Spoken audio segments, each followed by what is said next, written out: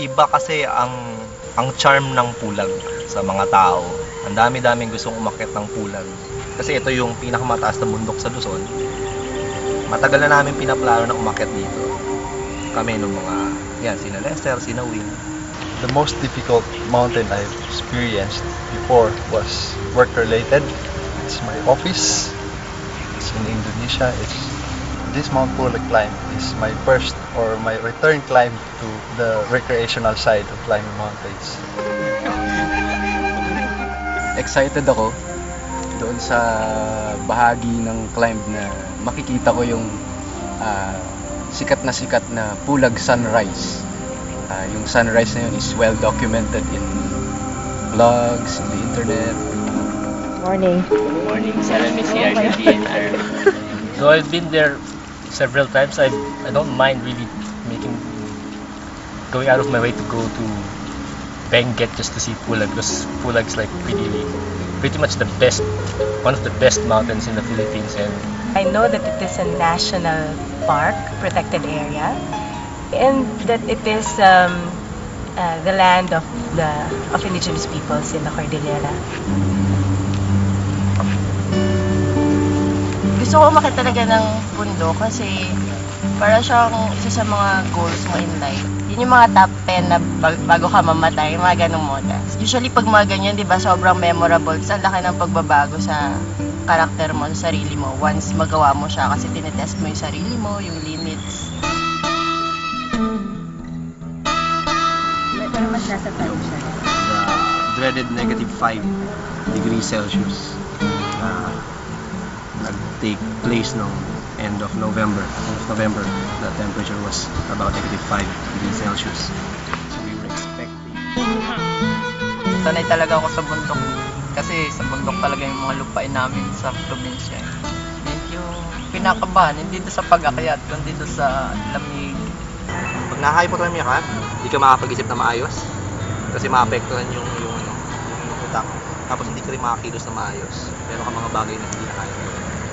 So, hindi ka makapag-isip ng ayos, hindi ka makakilos na maayos. Therefore, ikaw ay mapapag-ibig.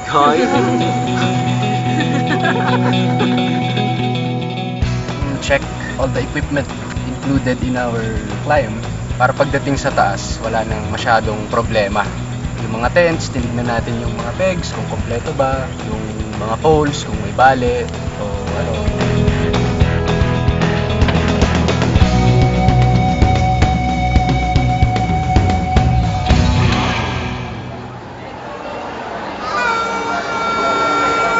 Knowledge about hypothermia, about the mountain itself, knowing the hazards of the climb, preparing yourselves mentally, will prepare you physically afterwards.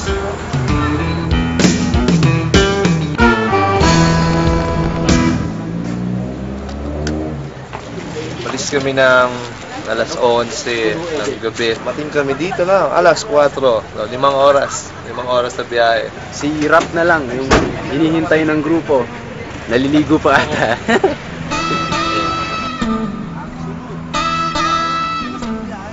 The fact na peak season yung climb natin, organisado yung transportation. So, sa mga magplano umakyat, si Mang Roger lang kontakin nyo.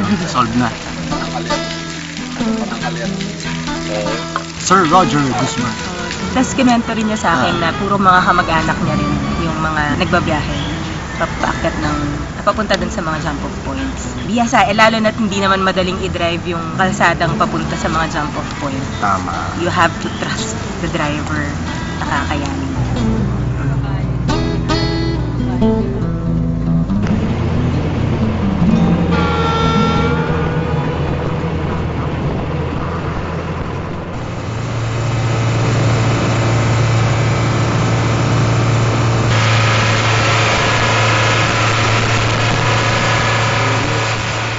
morning! Tara, ang buklaw. Ang buklaw, lalaw.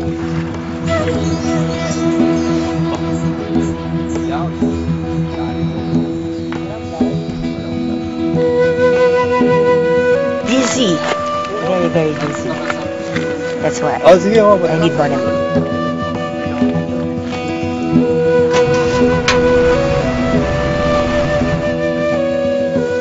Alcohol, gasolina. Parehas lang kasi sila konsepto eh. Basic yan. Lutong bahay yung pagkain. Daming kanin. Atmosphere sa loob. Parang nasa bahay ka lang. Kasi yung i-expect mo sa Benguet, yung parang province talaga yung dating. So, parang at home na at home.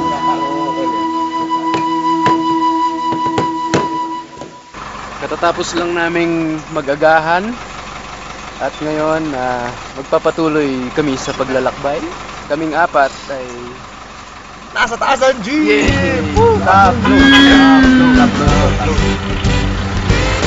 yan na, ang lamig.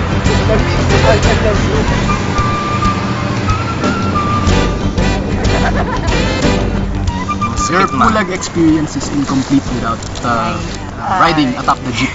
Magandang vantage point yung taas ng jeep. Makikita mo yung beauty ng Benguet.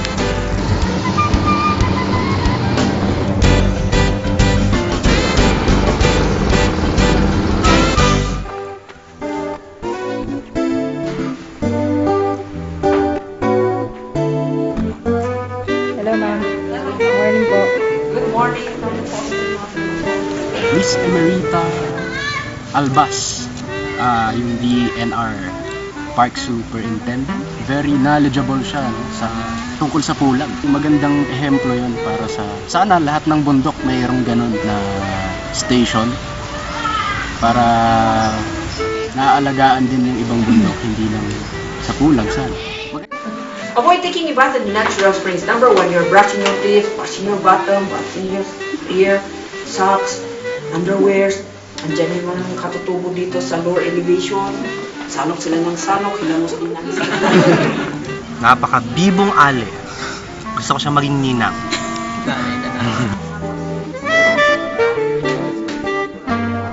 Temperature reader.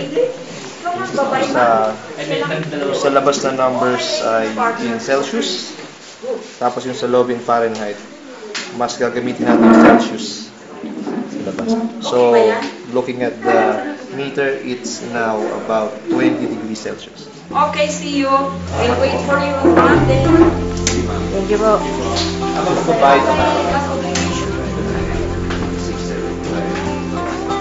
This money is for our registration. Is 225 per head. Punta kami ng Makiki Jump Off. Galing kami ng DNR station after nung video orientation at saka registration. Going up the summit through Akiki Trail. Of course, nakakapraning.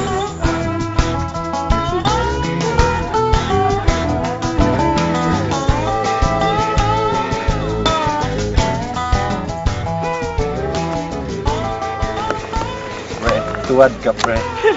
Pang ano, dagdag ng waterproof. Nag-enjoy kayo, ah. This liquid is for waterproofing. All you have to do is to spray it on the fabric and let it dry for 2 minutes. Come on, show your butt. Come on, do it again. Magsalita. Okay. Rotation.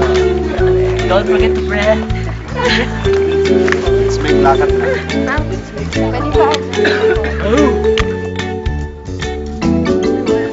Tired. Let's go home.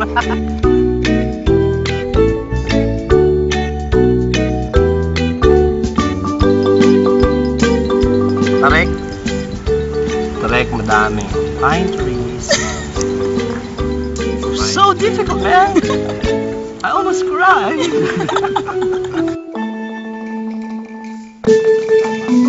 Yan ang summit. Temperature log yung pinapagawa sa atin ni Ma'am Mary. Lamig natin ngayon, pare.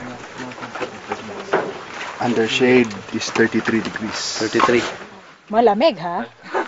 33. Tapos room temperature, 27. Tuturo ko. Bababa tayo ng mga 200 meters. Tapos, doon tayo magka-camp. Then doon sa campsite, tapos hanggang sa summit, 20 to 30 minutes. Pero yun. Sa likod niya. So, Si Kuya Teddy. Aginse. si Kuya Teddy ay isang Kalanguya. So, lokal sila dun sa area. Since bata pa daw sila, umaakit na sila sa bundok. Kaya gamay niya yung bundok.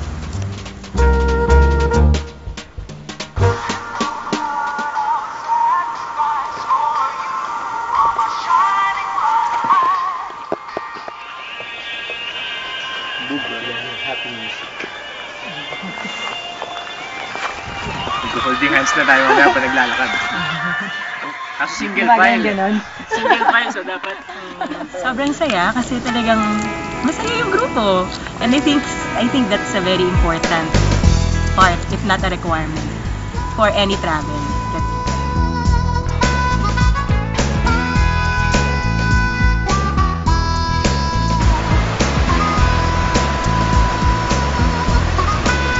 Sarap ng tubig doon.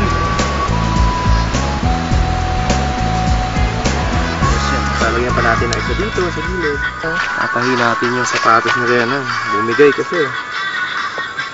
Bukan natin siyang pagalingin. Renan, por favor. Pakitanggal naman yung sintas. Napakakomplikadong tanggalin. Ubus ka jogging.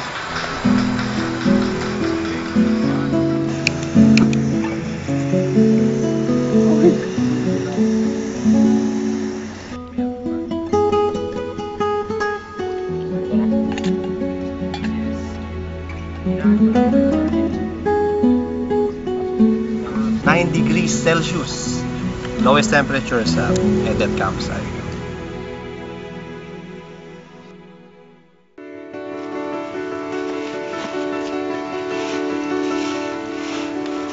Aakyat na kami ngayon doon sa taas para sa next leg ng aming trek papunta sa peak ng Mount Pulag.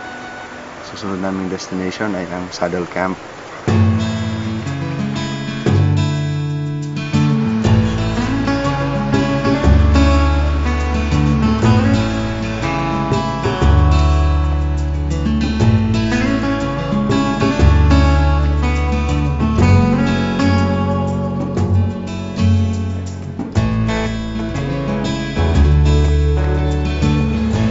Kaya siya kung paghahandaan mo talaga. Kung magja-jog ka, exercise, mga ganun. I thought I would die the killer trail. So at least yung mindset ganon. Para nung nakita na ganon pala siya, at least mas kaya. Hindi naman mahirap talaga. Hindi naman mahirap. Killer trail siya kung gagapang ka na hultan. Otherwise, manageable. Maganda yung view. Just distract yourself with Baka killer yung view. Hindi yung trail.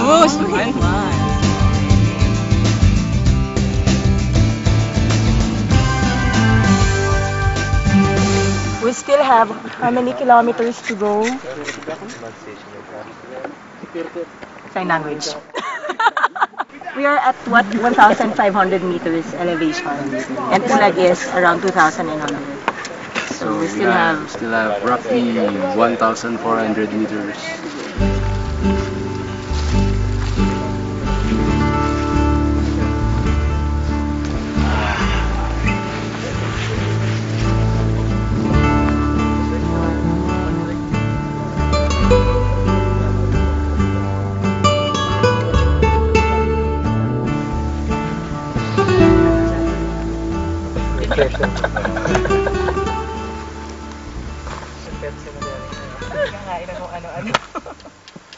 Mama!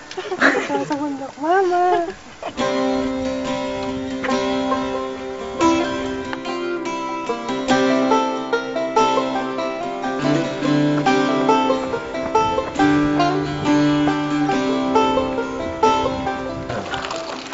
despite persistent reminders from the DENR superintendent, apparently there are hikers who are still hard-headed as far as the leave no trace principles are concerned.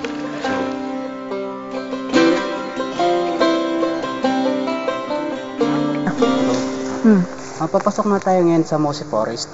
Tapos ito yung sign para hindi didiretso sa kanan.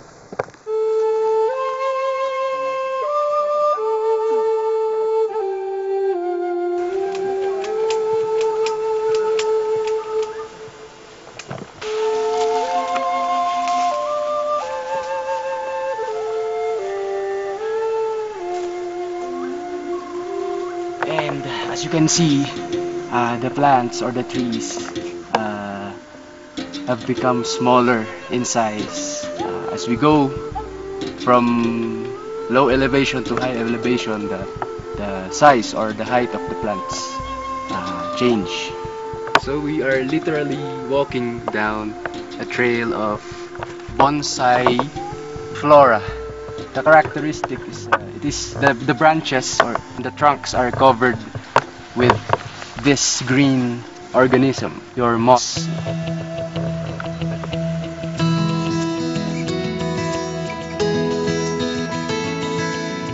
We're still inside the mossy forest, 3/4 along the way, and then we will reach the grassland, but we have to stop here and cook our food because the water source is over there.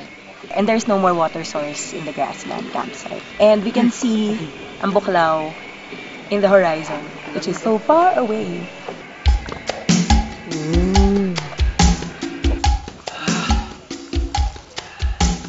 We have power!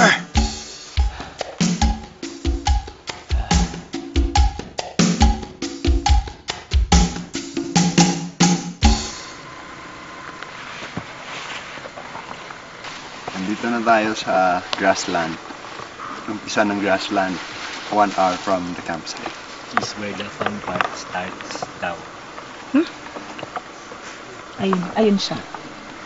At pagkatapos niya, may manganganak pa. Isa pa. Mga anak pa ng maliit na bundok. Just because. Bababa yun, di ba? Tapos may apo pang isa. Katapos. Basta isang oras. Nagsisimula ng magreklamo yung left Nico. Patay. Pero Papakiusapan pa. Anong reklamo? Papakiusapan pa. Fuel. Dahil malamig. Kaya pinangalan ng pulag yung pulag. Dahil yung tuktok niya, kalbo. And pulag means bar. so, the first part was steep. In fact, it is where I felt difficulty in breathing. Punishing lang talaga kasi nga nanganganak nga raw siya. Yung kala mo tapos na, ito na yung saddle, hindi pa rin tanaw. Tanaw mo na yung summit, di pa rin natatanaw yung campsite.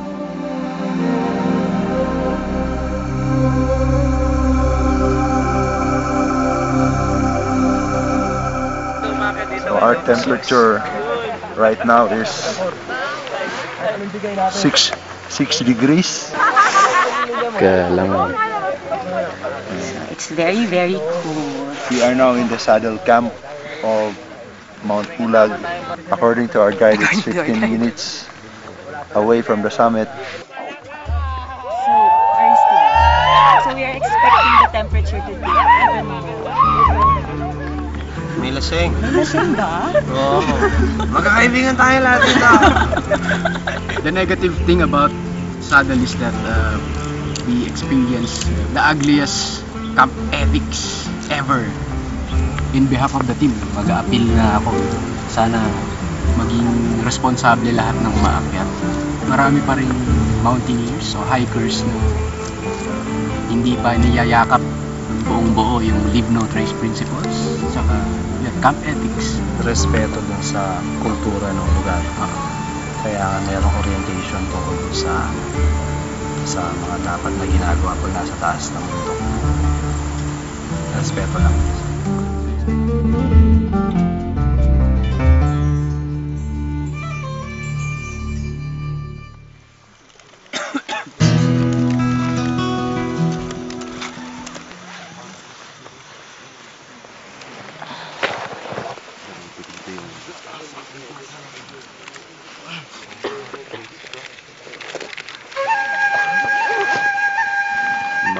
umaga, papunta na kami ng summit ng Mount Pulag.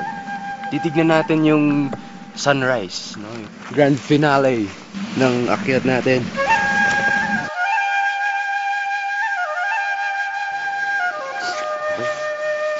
Tignan tayo. Yes. Hey.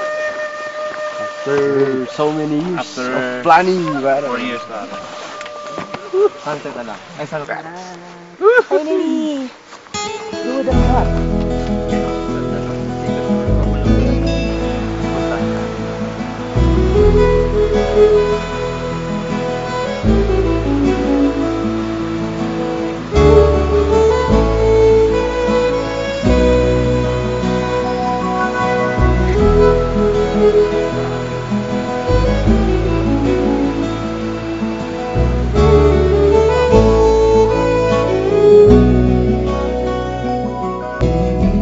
So talagang kung ano man yung hirap na dinanas, sobrang worth it when you reach the peak.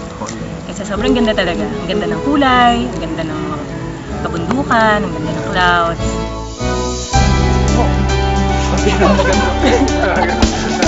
Kunwari ano? Kumari ni GIS. hello.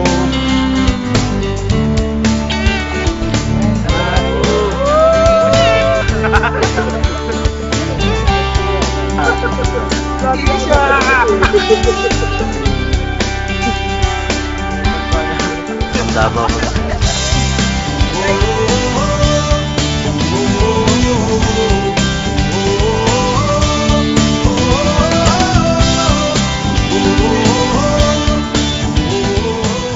I shall return. The best pa rin ang pulag all over the Pinas. Even abroad. Believe ako sa team, kaya nila. Yes! Iyak kami doon. Okay, let's break out into a song.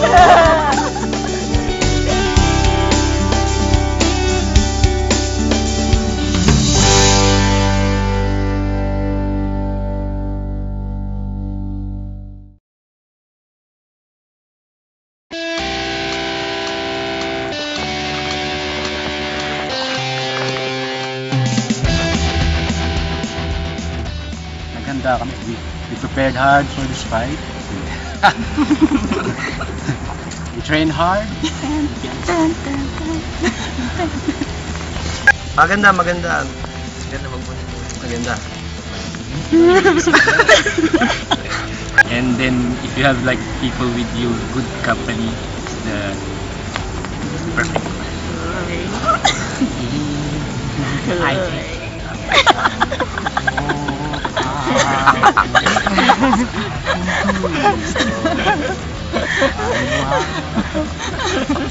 Back to you!